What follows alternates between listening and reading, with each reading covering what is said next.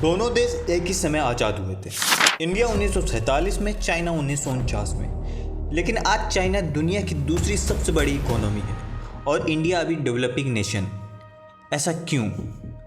गलती कहाँ हुई? आखिर क्यों भारत पीछे रह गया?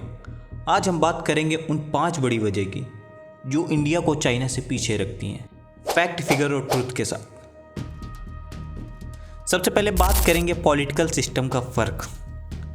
चाइना एक ऑथराइजन कम्युनिस्ट कंट्री है जहाँ एक ही पार्टी का रूल है, कम्युनिस्ट पार्टी ऑफ चाइना। वहीं इंडिया एक डेमोक्रेसी है जहाँ पर हर 5 साल में इलेक्शन होता है। लगता है डेमोक्रेसी इज पावरफुल, पर ग्राउंड रियलिटी कुछ और ही है।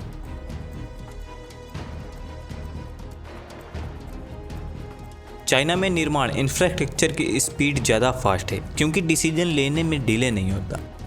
इंडिया में हर प्रोजेक्ट में पॉलिटिक्स होती है, अपोजिशन रोकती है और लोग पीएल फाइल करते हैं।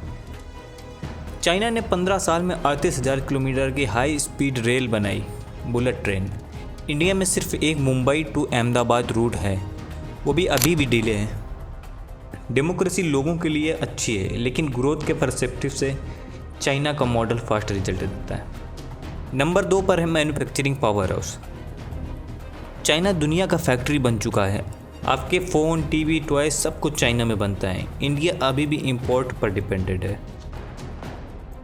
2024 में चाइना ने $4 ट्रिलियन का एक्सपोर्ट किया है, वहीं इंडिया ने $770 बिलियन का एक्सपोर्ट किया है। एप्पल, Xiaomi, टेस्ला सबकी मैन्युफैक्चरिंग चाइना में होती है। Reason, cheap labour, strong supply chain, government incentive. Foxconn India में इन्वेस्ट करना चाहता था, पर पॉलिसीज़ और क्लियरनेस के चक्कर में डिले होता रहा। नंबर 3 पर है education and skill development. China ने 80s से ही अपने लोगों को स्किल डेवलपमेंट और वोकेशनल ट्रेनिंग पर फोकस करवाया। इंडिया में education system rote learning based है। China 93% literacy rate, India 77% literacy rate. PISA, India participate only once in 2009, ranked very low. China is in top 10। China की factories में लोग technical trend होते हैं, India में graduate job के लायक नहीं होते। 47% Indians graduate are unemployed as per Indian skill report. अगर काम करने वाले इंसान ये स्किलफुल नहीं हैं तो देश कैसे आगे बढ़ेगा? Number 4, infrastructure development. Roads, port, railways, electricity. China ने हर फील्ड में भारत से ज़्यादा इन्वेस्ट किया है। चाइना के पास 38,000 किलोमीटर से ज़्यादा हाई स्पीड रेल है। इंडिया के पास अभी तक 500 किलोमीटर भी नहीं।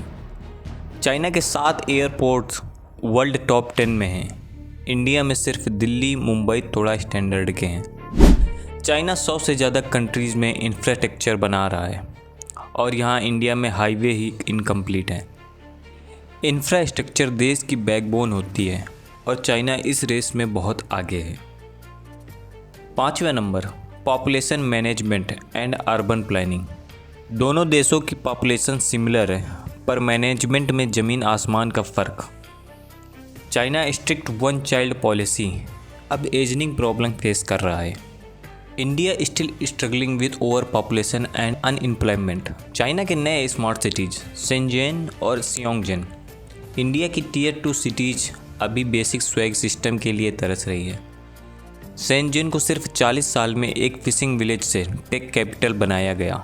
इंडिया में लखनऊ, कानपुर अभी ट्रैफिक और पॉपुलेशन से जूझ रहे हैं।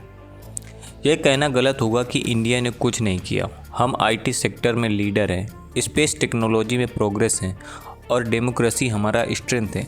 लेकिन अगर हमें चाइना के लेवल तक पहुंचना है तो हमें स्पीड, प्लानिंग और एग्जीक्यूशन सब बदलना होगा। यह सिर्फ गवर्नमेंट की रिस्पॉन्सिबिलिटी नहीं है, हर सिटीजन का फ़र्ज है वो एजुकेट, अवेयर और प्रोडक्टिव बने। मेड इन इंडिया को सपोर्ट करो और अपने राइट्स के साथ अपनी रिस्पॉन्सिबिलिटीज समझो। चाइना एक मिरर है जिसमें हमें अपने फ्यूचर का रिफ्लेक्शन देखना चाहिए। टाइम आ गया है भारत को जागने का।